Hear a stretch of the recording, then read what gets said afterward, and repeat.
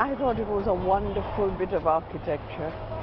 I felt that I would be quite happy conducting business there as a politician. You know, I felt also that there was a lot of thought gone into the proceedings for the celebrations.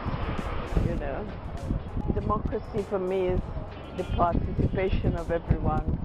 I'm not sure that having one particular group in power at any one time spells democracy. But I wish them well, because I think the aim is there, and I sincerely hope that they'll get there in the end.